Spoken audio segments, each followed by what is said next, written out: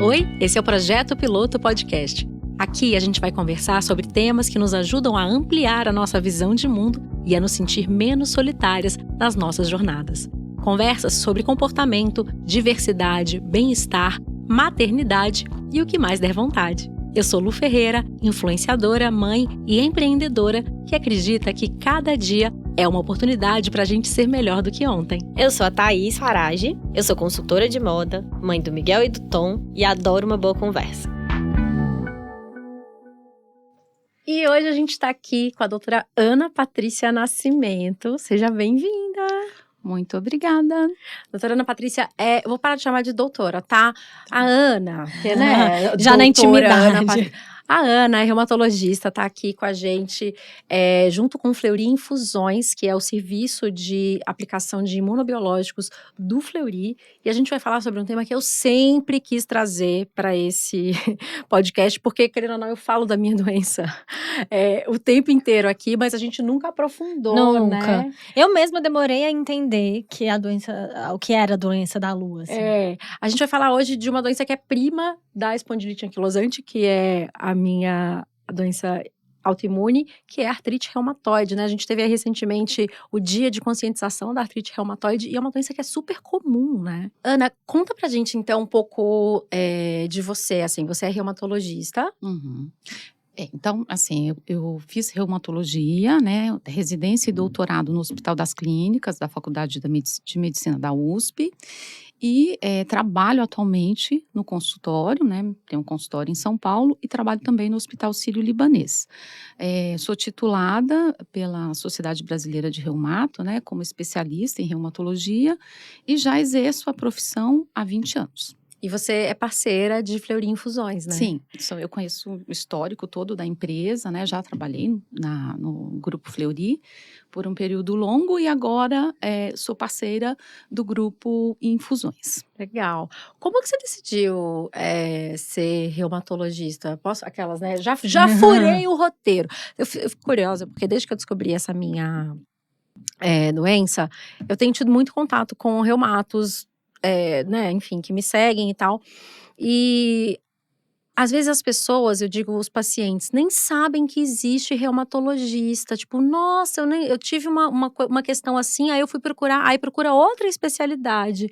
Como foi assim que você decidiu ser reumato? O que te atraiu para essa área? Então, eu sou apaixonada por clínica médica. Então, desde sempre, assim, desde a faculdade, eu sempre quis fazer uma especialidade clínica.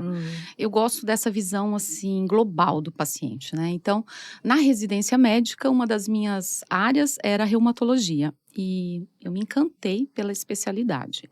Naquela ocasião, né, eu fiz residência há 20 anos atrás, então não havia tanto arsenal terapêutico como hoje. Então, hoje a gente tem uma situação fantástica para a especialidade. Mas sempre me atraiu isso de estudar a imunidade, principalmente como uma doença autoimune ocorre. Então, eu decidi trilhar esse caminho e até hoje eu tô e gosto muito do que eu faço. Eu sou muito feliz na minha área. Legal. E como é que a gente desconfia que pode estar com uma artrite reumatoide? Quais são os sintomas? O que faz especificamente a artrite reumatoide? Porque eu acho que deve ter coisas parecidas, né? Que as pessoas talvez não saibam. Então, a artrite reumatoide, ela é uma doença que ela tem características próprias. Ela é mais comum em mulheres do que em homens e ela tem um caráter de simetria. Então, é muito comum o paciente vir e contar que ele tem uma dor nos 2 braços, nos 2 punhos, nas 2 mãos. Então, ela tem uma característica de bilateralidade e ela é acompanhada por sinais de inflamação. Então, habitualmente, a dor vem acompanhada de um inchaço, de uma coloração avermelhada e uma dificuldade muito importante para atividades do dia a dia. Então, o ato de levantar uma xícara já dói até a boca é doloroso para um paciente com artrite. E onde, é isso que eu ia perguntar, tem algum lugar que é mais comum de doer? Tipo Tem. Pulso? Exato isso. A gente pode ter o comprometimento de todas as articulações, tá? Mas existe uma predileção. E isso está totalmente ligado com mãos e punhos. Nas mãos, as áreas mais comprometidas são essas, que são as metacarpofalangianas, e essas articulações que são as interfalangianas proximais. E é muito comum um alargamento do punho. Então, é uma doença que ela pode começar muito indolente, muito discreta, começar com um caráter mais aditivo, ou seja, na semana passada você acordou com uma dor no punho direito. 2 dias depois, o punho esquerdo também doeu. Entendi. Aí, 4 dias depois, o cotovelo direito. E aí começa a somar articulações. E tem uma dor desproporcional ao uso. Isso é uma coisa também muito interessante, porque se a gente for conversar hoje, né, a maioria das pessoas usam muito celular, digitam muito, não raro, né, durante a pandemia todo mundo fez muitos trabalhos manuais em casa. Então, a gente tende a atribuir, né, aquela dor, ou aquele inchaço e até o edema, né, que aparece, né, alguma atividade que a gente fez com maior vigor ou com maior intensidade. E na artrite, isso não está presente. Você não precisa ter feito nada, você dorme bem, no outro dia já acorda com uma inflamação espontânea e nas articulações. Mas pode comprometer também pés, joelhos, quadril, ou seja... Qual que é a diferença pro que a Lu Então, tem? eu já ia falar assim, né? Tal qual a prima dela, a Aham. espondilite, que você dorme no meio da noite, você acorda porque tá doendo. Aliás, Súbito. você não fez nada. Aham.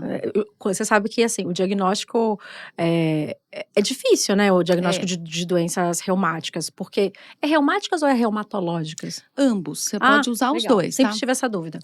É. É muito difícil, né, o diagnóstico, porque são sintomas que, é isso, né, podem ser várias coisas, e é muito, muito maluco que você tem sintomas que, a princípio, você não vê uma ligação, né, Exato. então, por exemplo, o meu com a espondilite, eu tive uveíte de repetição, Uhum. e eu tinha uma dor Teve ali, o quê? uveíte de repetição. Uveíte é uma inflamação, na onde?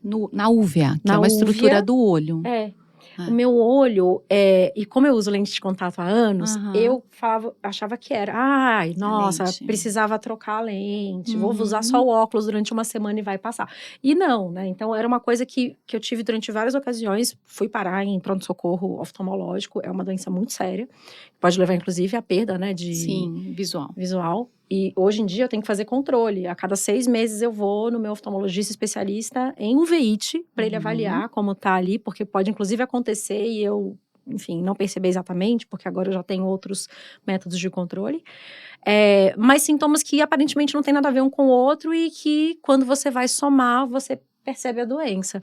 E isso é uma das coisas que eu acho que é o mais... Assim, eu vou falar interessante, porque eu já tô num outro patamar de entendimento, né? Acho que a gente, quando tem um diagnóstico de uma doença reumática, eu falo que a gente passa por fases, né? A minha primeira fase foi tipo alívio, tipo, finalmente alguém me disse o que tá acontecendo comigo. Tem um nome. Tem um nome, eu não tô maluca, né? Eu fico imaginando a pessoa que tem artrite, sei lá. Gente, como assim tá doendo pra pegar uma xícara, Exato. né?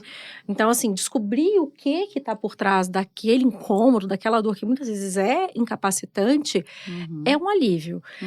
E hoje eu acho interessante, me ajuda perceber os gatilhos, perceber o que relaciona com o quê. Então, tipo assim, então quando eu tenho a uveíte, talvez esteja relacionado com uma atividade que eu fiz, ou com algo que eu ingeri, ou com... Enfim.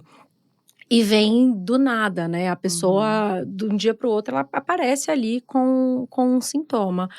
É normal a gente ter uma dor ou outra, né? Igual você disse, a pessoa durante a pandemia começou a fazer uma coisa, o celular, às vezes até um videogame, né? Você ter ali um incômodo, computador e tal.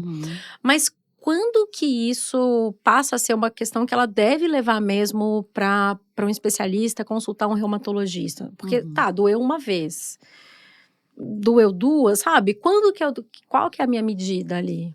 Perfeito, eu acho ótima a sua colocação, porque o que acontece é que a gente tende a colocar na conta de alguma atividade que a gente fez ao longo daquela semana, né? Fazer essa releitura de hábitos, né? O que pode ter tomado, não ter tomado, enfim. E o que vai levar a uma busca mesmo ao médico é a repetição. né? Então, aquele caráter repetitivo de um processo que é um processo doloroso, principalmente na artrite, que ele inflama. Então, a gente vê um aumento da articulação, a gente percebe que a articulação ela perde força, né? Então, habitualmente os pacientes têm um delay de busca, né, um atraso para buscar o médico, que é em torno de 4 semanas. Né? Claro que no sistema público esse atraso é muito maior, porque infelizmente o acesso é um acesso não só ao médico reumatologista, mas também ao médico clínico, é um acesso bastante difícil, né? Então, muitas vezes o paciente vai se automedicar, vai tomar um analgésico, vai mudar um hábito, até ele entender que aquilo não é normal, né? Mas uma dor que persiste, que mantém um caráter inflamatório e, sobretudo, quando ela se associa a outras articulações. Então, isso faz você procurar um médico, né? Se você joga tênis e tem uma dor no cotovelo, tá dentro da conta, vamos assim chamar, Vai né? no médico também, mas é mais esperado, né? Aí você fala, poxa, é uma tendinite, tá dentro do esperado. Agora, se você não joga tênis, tem dor no cotovelo, se você não tem um fator causal e tem uma inflamação, naturalmente você tem que procurar aí, no mínimo, um generalista. E eu, assim, né, desde que eu tive meu diagnóstico, eu comecei a estudar muito sobre a minha doença e também sobre doenças que provocam dor crônica, né? Porque viver com dor crônica, como é o caso do paciente de artrite reumatoide também, é muito um desafio, né? Porque óbvio que a gente tem tratamento, ainda bem, né? Mas é algo que eu brinco que é tipo, eu gerencio a minha doença, né? Assim, você fica ali o tempo inteiro prestando atenção, entendendo o seu corpo, prestando atenção aos sinais que ele te dá. E eu já, durante esses meus estudos e tal, as minhas leituras, eu vi que o fator genético muitas vezes é importante, né? Assim, então, se eu tenho alguém que tem artrite reumatoide na minha família ou alguma outra doença reumatológica, faz sentido, assim, eu já ficar mais ligado? Tipo, eu tenho uma filha, sabe? Eu vou ficar assim, olhando pra ela, os sinais, porque o diagnóstico tende a ser mais tardio, né? Assim, no caso da espondilite são 10 anos. Você falou da artrite, a pessoa fica 4 semanas ali com aquela dor. Faz sentido, assim, ter esse cuidado? Faz todo sentido, Lu. Acho que você puxou um gancho aí importantíssimo, né? Você trouxe a questão do histórico familiar, que é uma pergunta comum no nosso script, na nossa anamnese, né? Porque na reumato faz muita diferença você ter um histórico familiar positivo para alguma doença reumática, sobretudo para as autoimunes, tá? Algumas, né, exposicionais, por exemplo, só para comentar aqui, a gota, né, que é uma doença relacionada a aumento de ácido úrico. Ela não tem um caráter francamente familiar, mas a espondilite anquilosante, a artrite reumatoide, o lúpus e outras têm uma maior chance. Eu sempre brinco, né, no consultório com os pacientes que o fato de ter a predisposição não quer dizer que o paciente ou a família terá a doença. É muito importante a gente entender que as doenças que a gente trata são doenças de origem multifatorial. Então, não é um fato de um exame que vai te condicionar a ter a doença. O exame, ele traz para o médico e para o paciente uma informação de maior chance, né? No caso da espondilite, né, puxando esse... Conta mais, quero saber tudo. No caso da espondilite, é muito importante fazer uma pesquisa de um alelo genético chamado HLA-B27. Esse teste, ele vai ajudar o médico no raciocínio de contexto para diagnóstico, tá? Ele não é um exame definitivo, não é um veredito. Então, quando você pergunta para um médico reumatologista se faz sentido fazer o exame na sua filha, se ela tiver dor na coluna lombar, que é muito clássico de espondilite, se ela tiver uveíte, se ela tiver outros sinais relacionados à espondilite, sim, faz sentido porque você, o médico que cuida dela, já estarão de posse de uma informação muito valiosa. É um radar, assim, Exato, né? Ele vai te categorizar como maior chance. E aí, a partir disso, ele começa a ter aí um racional para um possível diagnóstico. Hoje, a gente trabalha muito com uma informação que é necessária de não realização de exames aleatórios, tá? Por quê? Porque, eventualmente, né, a depender do grau de conscientização do paciente, né, a parte psicológica do paciente, ele pode colocar isso como uma condição absoluta na vida dele. E muitas vezes ele faz um check-up, porque ele passou com um colega generalista ou com um outro colega, em que ele ticou um exame a mais, né, que às vezes é um script, que também a gente às vezes usa, e ali vem um HLA-B27 positivo ou um marcador, um autoanticorpo, como a gente pede para as doenças reumáticas. E a partir dali, aquele paciente já não tem mais paz, porque ele já começa a ler tudo sobre aquela doença, que é uma doença que talvez ele nunca tenha. Tá? Porque ele é tem, multifatorial. mas não desenvolve, É isso? como se você tivesse que ter, para ter a doença, você tem que compor ter outros elementos. Então, a predisposição genética é um fator, os fatores ambientais.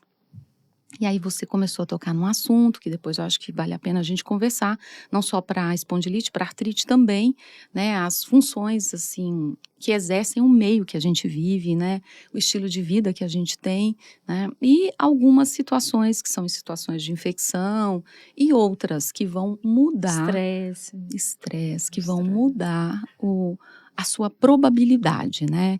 Então, acho que é um momento excelente para a gente conversar também sobre a importância da mudança do estilo de vida para prevenir, né, a ocorrência dessas doenças, né? Ou postergá-las. Vamos falar disso, então? Engraçado, assim, o meu diagnóstico veio no momento em que eu já estava numa mudança de estilo de vida. Assim, eu falo que foi um grande Tetris na minha vida, sabe? Assim, parecia que foi na hora certa que a coisa aconteceu, assim.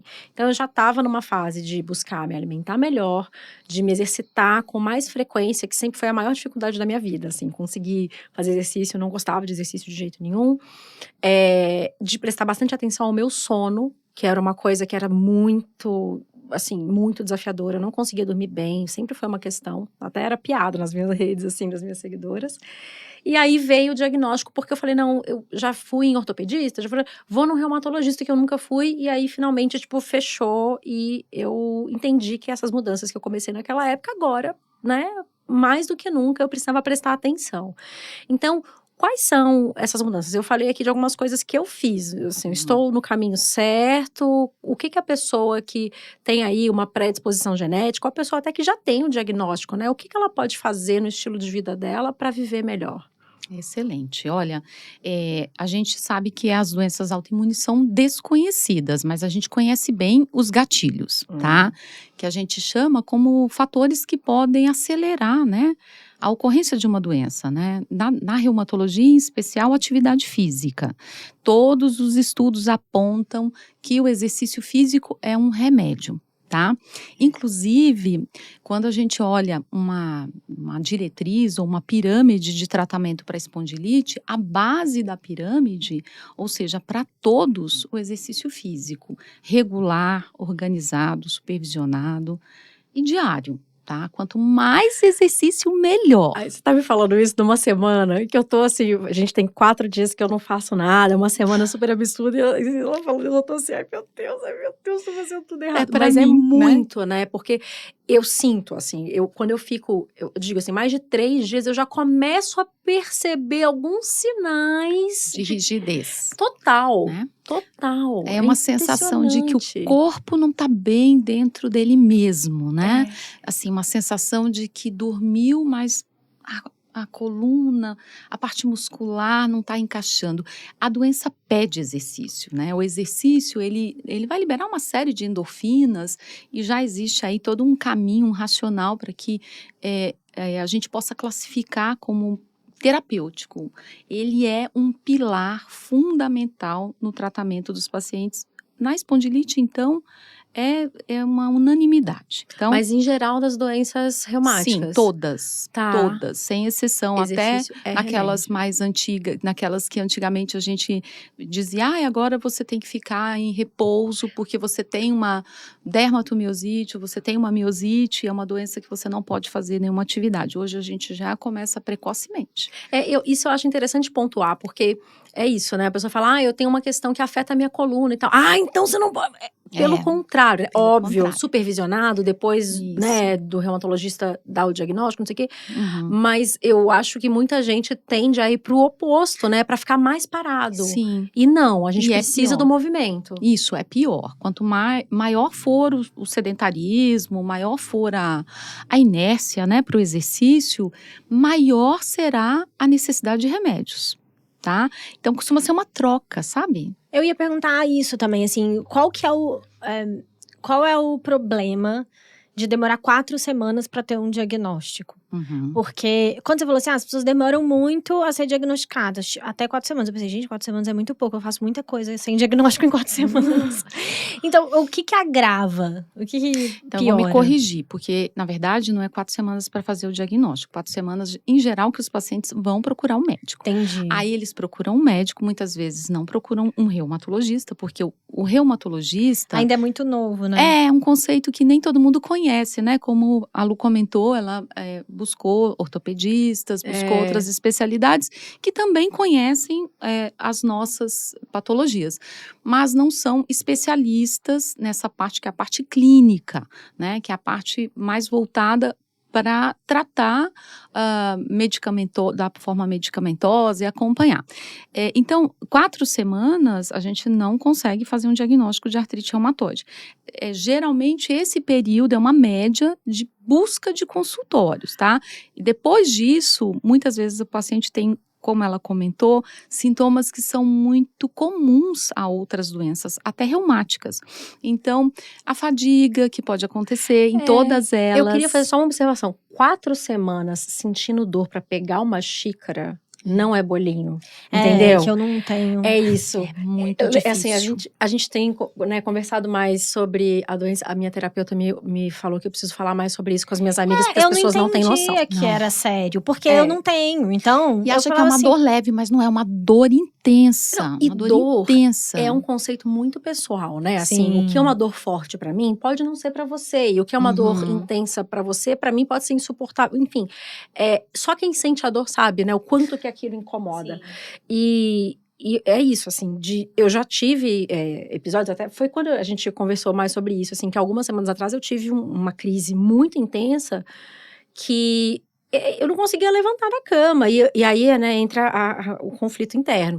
Preciso me movimentar porque o movimento é remédio, mas não consigo porque tá doendo muito. Então, 4 semanas de uma dor crônica que você não consegue, sei lá, escovar os Básico. dentes, segurar uma xícara, às vezes você tem filho, É, carregar não, o de bebê. fato. Trabalhar. Entende que, assim, é uma doença que ela tem um incômodo, que ele é tão intenso que é isso. É incapacitante, É né? incapacitante. O que a gente fala, que é uma coisa bem importante, eu acho que até uma forma também de levar isso para o apoio familiar, né? Que é muito importante.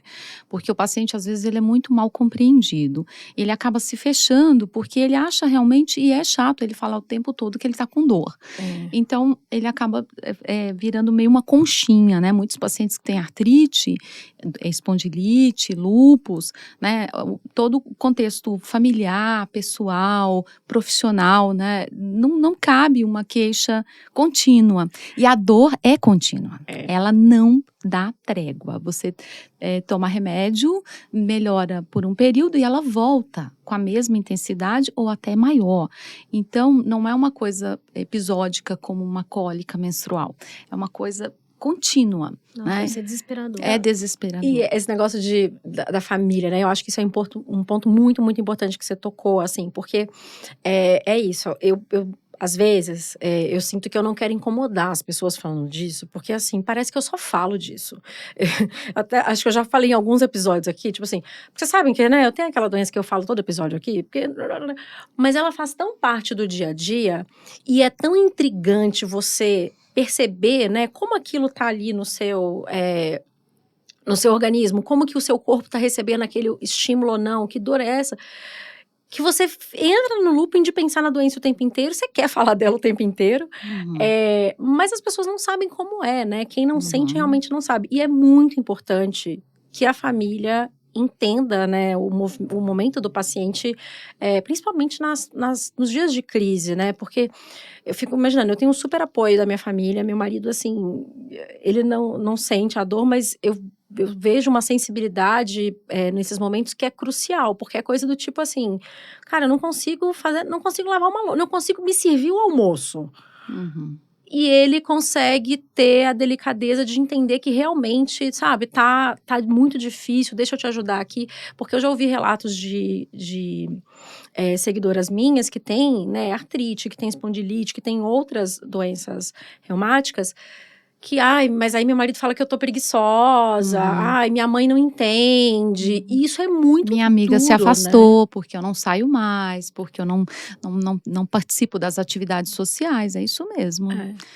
Acaba se tornando uma condição que, se você não tiver ali um suporte psicológico, se não tiver realmente uma adesão boa ao tratamento, né, uma relação médico-paciente boa, para que o médico possa te esclarecer, olha, a doença vai ter altos e baixos, né, quando tiver alguma fase de crise, uma atividade, nós vamos medicar, intervir, mas o foco é deixar você no que a gente mais sonha, o que a gente mais busca, que é a remissão, né? Então a gente trabalha muito esses aspectos e a gente vê exatamente isso. Eu sempre falo para as minhas pacientes, quando elas vêm acompanhadas, eu sempre elogio quem vem. Eu falo, que bom que você está aqui, porque a doença é dela, mas você faz parte do tratamento dela. Porque é muito solitário você ter uma doença que poucas pessoas têm e que ela não é tão visível, né? Quando você tem, né? E aí, em algumas situações, para doenças reumáticas, por exemplo, o lúpus, quando você tem uma lesão cutânea, as pessoas olham e falam, nossa, tá doente. Mas para uma paciente que tem espondilite, artrite e mesmo para fibromialgia, é muito difícil ela se colocar dentro do seu meio profissional, no seu meio social, familiar. Eu falo que eu queria, teve uma vez que eu fiz um vídeo, eu falei uma coisa que as pessoas riram muito, eu falei, eu queria assim, que toda vez que eu tivesse em crise, sei lá, meu braço ficasse azul, que aí tá todo mundo vendo, entendeu? Tá em crise, olha lá, o braço tá azul, porque é invisível, né? E é muito louco, assim, você se sente meio doido, né? Assim, você se questiona, né? Exatamente. Não, nossa, mas não tem nada aqui, não tô vendo nada, não, né? eu acho que hoje, não, tô exagerando, não é, e realmente é muito desafiador isso, né?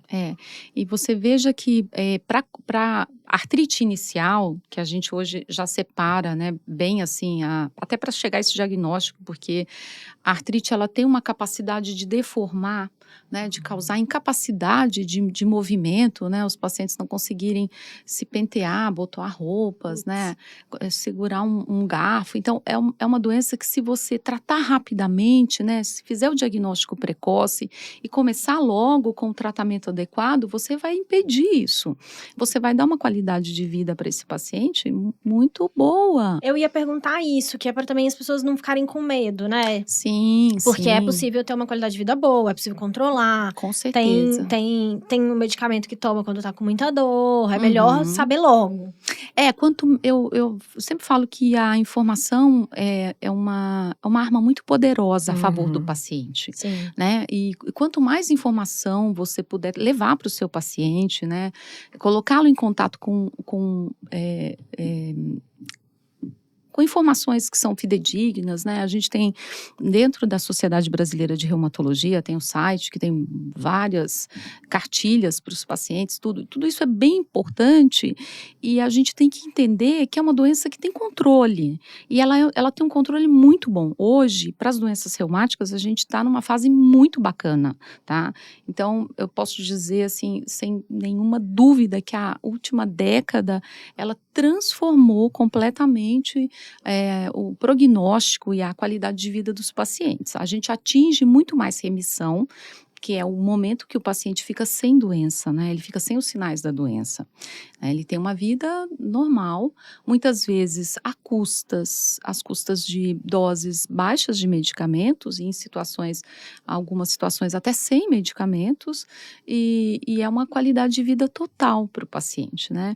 Então, é bem importante isso, né? A gente trazer para o paciente a diretriz, o que ele vai fazer, né? Como ele vai ser tratado. Então, você tem um diagnóstico hoje, você vai passar comigo todo mês ou a cada 3 meses.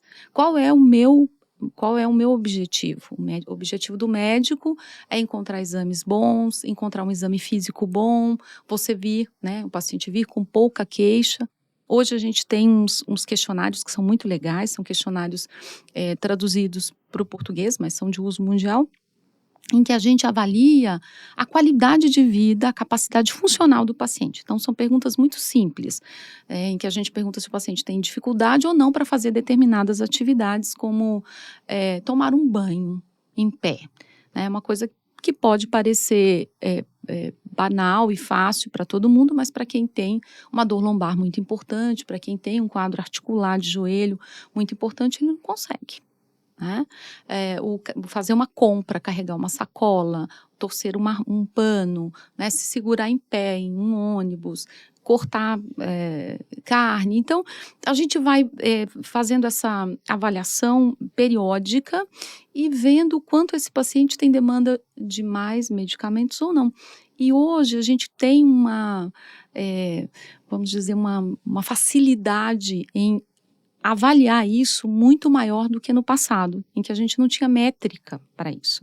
Então, era muito, muito subjetivo, né? Até a própria anamnese, né, que é o momento que a gente vai perguntar para o paciente como ele está, hoje a gente tem as perguntas direcionadas, em que a gente já vai aos pontos que são fundamentais. Então, a gente pergunta na espondilite para o paciente como foi a noite. Como está sendo a noite? Você consegue dormir a noite toda? Tem um desconforto? Você acorda? Tem rigidez? Não tem rigidez? Você já acorda, já levanta, vai trabalhar ou não? São perguntas que estão totalmente voltadas para a espondilite, né? Na artrite, a gente pergunta muito dessa capacidade, né, de movimentação, principalmente das mãos, né? E o quanto o paciente consegue fazer suas atividades programadas para um dia, porque muitas vezes ele não consegue. Chega às 3, 4 horas da tarde, energia foi embora. É bem assim mesmo. Né? E com o tratamento muda tudo. Eu ia perguntar isso, assim, é bem a dúvida de leiga, mas eu acho bom fazer, porque eu acho que deve ter mais gente que nem eu, porque a Lu é muito já escolada. Eu não sei nada. E aí, eu queria saber, assim, tem alguma coisa que a pessoa, por exemplo, então quem vai ter artrite reumatoide, tem um jeito de provocar, sei lá, alguma coisa que você faz errado que pode virar uma artrite ou não? É uma condição de cada um que vai ter ou não. Tem sim. Eu acho que é legal falar sobre isso. A gente já sabe que tem essa relação, né, com histórico familiar, com genética, mas aqueles pacientes que têm ali também um hábito de fumar, tá? Tem uma chance maior, então o tabagismo está relacionado com maior ocorrência de artrite. Um outro fato que é até uma novidade, que quem tem doença gengival, periodontite, com maior frequência, também tem mais chance de ter artrite reumatoide. E existem algumas hipóteses, tá? Então, aí são vários estudos que aventam essa possibilidade, né, de um esforço repetitivo. Então, se você já tem uma tendência, já tem um histórico familiar e você tem um trabalho muito extenuante de digitação, ou mesmo uma pessoa que trabalha atividade doméstica, né, do lar, né, então tem um hábito de fazer muita faxina, utiliza muito a articulação, né, esse overuse da articulação pode levar, sim, à ocorrência mais precoce ou desencadear, servir como exercício trilho. errado. Quem faz, às vezes, musculação sem orientação, pega peso errado. A gente tem um certo pé atrás, né? Não vou falar preconceito, mas um pé atrás com o crossfit, né? É isso que eu ia falar. Meu pai é ortopedista. E aí, toda vez que eu falo com ele que eu vou fazer crossfit, ele fala, vai minha filha, é muito bom. O ortopedista fica muito feliz. É assim, para nós é desesperador, porque a gente sabe que dá uma energia super boa, os pacientes gostam, se sentem super bem, mas é um exercício que ele impõe uma carga para a articulação que ela não está preparada para isso. Então, se ela já tem uma tendência, já tem uma fragilidade, e você faz um excesso de treino, coloca uma carga muito maior, ela vai inflamar, né? E então você tem que ter o bom senso, né?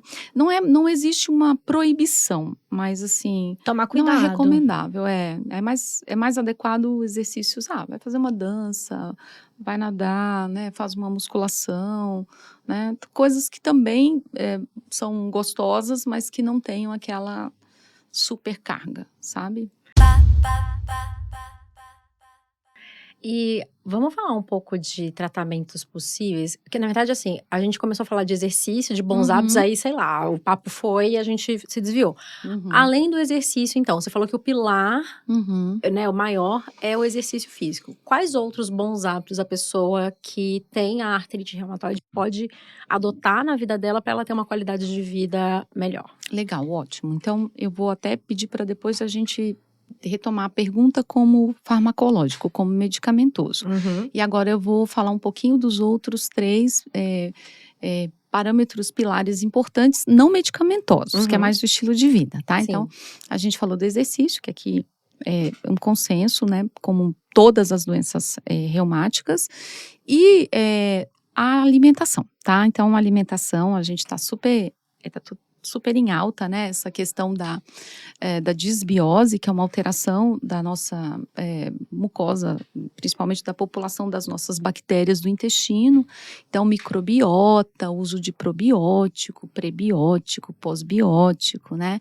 Alimentação sem glúten, alimentação sem lactose, sem açúcar, alimento pró-inflamatório, alimento anti-inflamatório. Então, se a gente for discorrer sobre isso, a gente vai ter vários assuntos e são várias linhas que hoje ainda não estão totalmente fechadas como obrigatórias ou totalmente favoráveis para o tratamento. Mas existem estudos que mostram que os pacientes que têm uma alimentação muito rica em carboidrato, gordura, muito açúcar, eles inflamam mais, tá?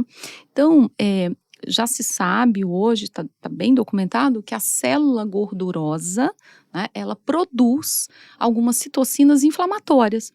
Então, a obesidade por si só, já é uma condição pró-inflamatória. Tá? Então, e a obesidade, claro que tem outros fatores envolvidos, mas a alimentação está intrinsecamente relacionada a isso. Então, para os pacientes reumatológicos, principalmente os que têm doenças inflamatórias, faz todo sentido reduzir alimentos que tenham aí uma carga calórica muito alta, né, que é o que a gente chama de caloria vazia, né? Você teria que preconizar alimentos que são mais ricos, né, em proteínas, muitas vitaminas. Aquele prato colorido, né, sem nenhum radicalismo, né, de impor que não coma, não tome leite, não coma açúcar, mas evite, porque o meio termo é bom. Sobre bebida alcoólica, é uma pergunta muito frequente no consultório, tá? Essa eu não vou ouvir. Não, mas a gente tem boas coisas para falar, tá? Não tira meu vinho. Não, pelo contrário, o vinho, sobretudo o vinho tinto, em vários estudos, né, não especificamente na reumato, mas na clínica médica geral e principalmente na cardiologia, ele tem ganhado um espaço como benéfico, tá? Então, é muito comum os cardiologistas terminarem a sua receita e colocar um copo de vinho. Uma taça, né, de vinho tinto por dia, todos os dias. Né? Só tem que tomar cuidado com o tamanho da taça. É aquele meme, né? Tem que ter esse bom senso, mas em média 200 a 250 ml de vinho tinto dia, não teria problema. Fala isso todos os dias e vai falar, Paulinho, você tá aí de novo. Que faz bem pro coração, né? E toma a tacinha dele feliz da vida. Mas agora ele vai certo. poder tocar esse episódio, olha só. Ele vai gostar, né? E muitas pacientes me perguntam, olha, eu tô indo para uma festa, para um casamento, eu devo suspender o meu medicamento porque eu vou beber? E eu sempre falo, não. Se você toma uma medicação em que eu habitualmente, e existem medicamentos que eu escrevo, não tomar bebida alcoólica no dia dessa medicação. Porque às vezes é uma medicação que tem um ciclo pelo fígado, e aí a bebida alcoólica mais a medicação, né, que é uma medicação que pode sobrecarregar, causar né? uma hepatotoxicidade, ou seja, uma toxicidade para o fígado. Isso é totalmente indesejável. Então, a gente reprograma a dose dessa medicação, né? A gente ajusta para que o paciente possa ter esse lazer, ele possa participar, ter essa vida social ativa e possa beber o que ele habitualmente gosta de beber. Lógico que os excessos não são bem-vindos. Depende do habitualmente, né? O que você toma? Uma garrafa de vinho todo dia. O lazer é muito importante para o paciente. Sim. Eu habitualmente não tiro do hábito do paciente. Se ele gosta, ele fala que ele tem o hábito de tomar um drink, tomar uma cerveja. Se ele não tem um excesso, né? A gente conversa sobre o quanto eu acho muito importante, porque eu acho que preserva aquela autoestima, a sensação de bem-estar, E também, sabe? até assim, né, pra quem tá acostumado, né, a sair com os amigos, tomar um vinho, tomar um drink, Uhum. A até vida social. Exatamente, porque você já se sente esquisito, porque, eu tenho dor, aí ninguém tem dor, ninguém entende, aí não posso beber. Toma um remédio. Sabe, toma um remédio que ninguém conhece. É. Tá doença, ninguém consegue falar o nome. Uhum. Ainda não vou... Sabe assim? É umas coisas que Sim, eu acho... limitantes. Irritante. Então, Uhum. é legal você falar isso, né? Que, obviamente, precisa ter um bom senso. Sim. Mas é isso, eu tenho uma doença reumática, eu bebo meu vinhozinho feliz, meus drinks, tô lá, posto muito no Instagram que eu gosto, mas também posto, por exemplo, eu já observei, e isso é muito interessante, né? A gente tem o autoconhecimento, né? O paciente se observar. Eu sei qual é o nível de açúcar que eu posso comer para não desencadear uma crise. Porque eu já passei desse limite E perceber. e falei, olha, aconteceu isso. Sim. Depois, numa outra oportunidade, eu falei, olha, de novo. E fiz a relação e entendi que, né, acho que cada pessoa também tem ali essa... eu falo, tem uma amiga minha que tem uma fala que eu adotei muito pra minha vida, que ela fala que ela é CEO da saúde dela. Ótimo. É maravilhoso, né? Que eu me sinto ótimo. assim, sabe? Tipo Aham. assim, olha, entendi então que pra todo mundo funcionar bem aqui dentro, o limite são, sei lá, 3 brigadeiros. Não pode comer 4, que daí Que aí já arranja. ultrapassou. Exatamente. E acho que tem muito disso, né, também. Tem da gente se totalmente. auto-perceber e tal. Essa questão da autoproteção, autocuidado, isso vem num momento em que você já está mais seguro do diagnóstico. E ele é muito importante, porque são etapas que, inicialmente, a gente, né, comentou, bastante frustrante, até você chegar ao diagnóstico, né, até você encontrar um médico que você se sinta seguro, que você se sinta acompanhado, e a partir dali você vai atrás disso, né, que é a alimentação, o exercício. Eu vou falar do sono, porque o sono é fundamental. A gente também, para todas as doenças, né? Não só para as doenças reumáticas, mas o momento de recuperação dos neurônios, o momento que você está relaxando, entrando naquele sono REM, no sono profundo, é um momento em que você tem uma fase menos inflamatória no teu corpo. Então, é muito desejável que a gente faça medidas de higiene do sono, né? Hoje a gente fica muito colado nas telas, até muito tarde, né? As séries, os cursos e tudo mais. Eu habitualmente converso com os pacientes para que eles tenham um cuidado maior com o sono, porque o sono restaurador permite um dia melhor para o paciente. E a segunda questão, a última questão talvez aí do não farmacológico, é o estresse. O estresse é um fator que também ele está muito ligado aí a algumas crises, né? Então, situações incontroláveis, né? Uma demissão, um luto, às vezes uma situação de divórcio, né? Aquilo pode deflagrar uma crise, tá? Um paciente que está bem, às vezes está até em remissão, e aí ele passa por um grande baque, né? Em que emocionalmente ou fisicamente ele ficou exaurido, ele pode ter uma crise. Então, ter o apoio psicológico, você ter amigos, você, né, criar um apoio familiar, isso é muito importante, porque quem está livre do estresse? Né? Aí tem várias medidas também que a gente recomenda, né? Meditação, né? Tem os cursos de mindfulness, que são super legais, né? Você começar a se desligar um pouquinho, o autocuidado, né? Tentar puxar para si medidas que você se blinde, né? Tem pelo menos uma capacidade de abstrair situações que você não controla. Sim. Então, o sono, o estresse, a alimentação e o exercício são fatores modificáveis que podem evitar uma atividade ou uma doença dessas entrar em atividade mais cedo, né? E postergam também a evolução. Então, acho isso bem importante. E tem também os métodos farmacológicos, né? Exato. Que aí, na artrite, a gente tem um arsenal muito vasto e é até muito gostoso. A gente fala hoje de tratamento de artrite, a espondilite também. A espondilite veio um pouquinho depois com uma série de novas moléculas para tratar, e a gente está vivendo um boom de novidades, tá? Então, os congressos... Eu adorei que você ficou super animada para falar disso.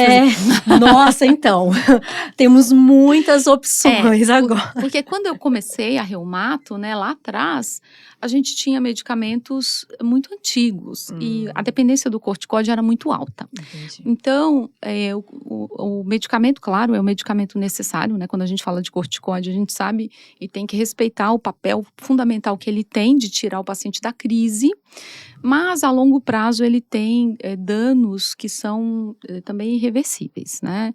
Então, pacientes que às vezes ficam num tratamento que não é um tratamento adequado, em uma alta exposição a corticoide, eles acabam por desenvolver várias outras doenças, diabetes, glaucoma, osteoporose e outras bem sérias. E nos últimos 20 anos, tudo isso mudou. A gente agora tem medicamentos que são medicamentos modificadores de doença, que são classes que são via oral, ou medicamentos injetáveis que colocam o paciente numa condição de baixa atividade de doença e até remissão, né? Esses então, que muito são legal. Os imunobiológicos? Isso. Os imunobiológicos vieram, já estão no mercado brasileiro, né, há muito tempo. E se consolidaram muito, e atualmente a gente tem também medicamentos que são classes semelhantes aos biológicos, que têm papéis tão relevantes quanto, mas na modalidade via oral. Então, o médico especialista, ele tem uma diretriz, ele segue, né, nós temos os nossos consensos, mas ele tem a capacidade de hoje escolher para você uma medicação e escolher para ela outra, e as duas igualmente eficazes, mas personalizando o tratamento, porque eventualmente... Num caso de espondilite, né, se o paciente tem um comprometimento de uveíte mais frequente, dentro dessa manifestação, quais são os medicamentos que mostraram na espondilite um alcance também para uveíte? Este. Então, esses são os candidatos a dar. Não tem espondilite, mas tem uma alteração no intestino. Não tem uveíte, mas tem uma alteração no intestino pela espondilite. Então, os remédios que saíram publicados, né, que foram estudados para isso, são estes e estes. Então, já categoriza aquela classe. O que a gente não tinha, né? No passado, a gente tinha medicamentos que eram muito, vamos chamar, generalistas, né? Que não eram um alvo específico.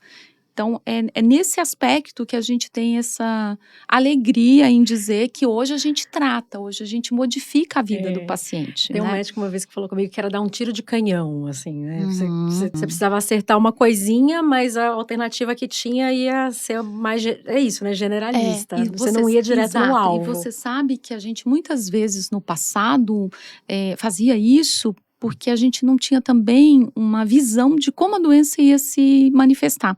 Então, é ainda muito difícil a gente saber, dentro de uma população geral, quem vai ter uma doença muito grave, quem vai ter comprometimento do olho, quem vai ter comprometimento do intestino, quem vai ter da pele, quem vai ter só da articulação. Porque a gente não tem marcadores que falam, olha, esse paciente ele só vai ter a coluna e o olho, né? Então, hoje a gente já tem medicamentos que são mais específicos, então melhora muito a qualidade de vida, né? Que bom, né? Ainda que coisa bem. boa. Quero muito agradecer, Ana, a sua presença aqui. Acho que foi muito esclarecedora, assim, né? Foi ótimo. Que bom. Para quem está assistindo a gente, para quem está ouvindo, eu tenho certeza que todo mundo conhece alguém que tem artrite ou que reclama de dores constantes, eu virei a pessoa que prega a palavra do reumatologista. Porque eu acho que é uma especialidade que as pessoas precisam conhecer. Qualquer amigo meu fala, eu tô com uma dorzinha. Eu falei, você já foi no reumatologista? Porque vai que, né? Porque as outras especialidades eu acho que são mais populares, digamos assim. E é isso, a minha qualidade de vida e a minha relação com a minha doença reumática mudou desde que eu tive acesso a esse conhecimento, aos tratamentos, né? Então, quero muito agradecer a sua presença aqui. Eu que agradeço, é uma oportunidade única de estar falando com vocês e a gente falar para um público que talvez não seja o público da artrite, mas é um público de doenças reumatológicas, né, que podem ter fibromialgia, espondilite, lúpus, ou artrose e outras doenças mais comuns, mas que não tem um momento para discutir isso com o médico. Então, um alerta para a gente ficar atento. É isso. Muito obrigada. Quero agradecer também Fleury Infusões, né, que trouxe esse tema para cá, para o Projeto Piloto. É um tema que eu acho muito importante, porque é uma doença que muitas vezes a gente sofre, né, é invisível e a gente sabe que tem tratamento, precisa ser falada. Então, acho que é muito importante a gente trazer esse assunto e poder discutir sobre isso. E muito bom, né, para quem tá em volta das pessoas que têm essas doenças e não sabe, né, não sabe lidar, não sabe sobre isso, ou quem vai vir a ter uma dor já consegue ir atrás de um médico logo. Sem dúvida. Obrigada. E a gente se vê no próximo episódio. Até. Beijo. Até lá.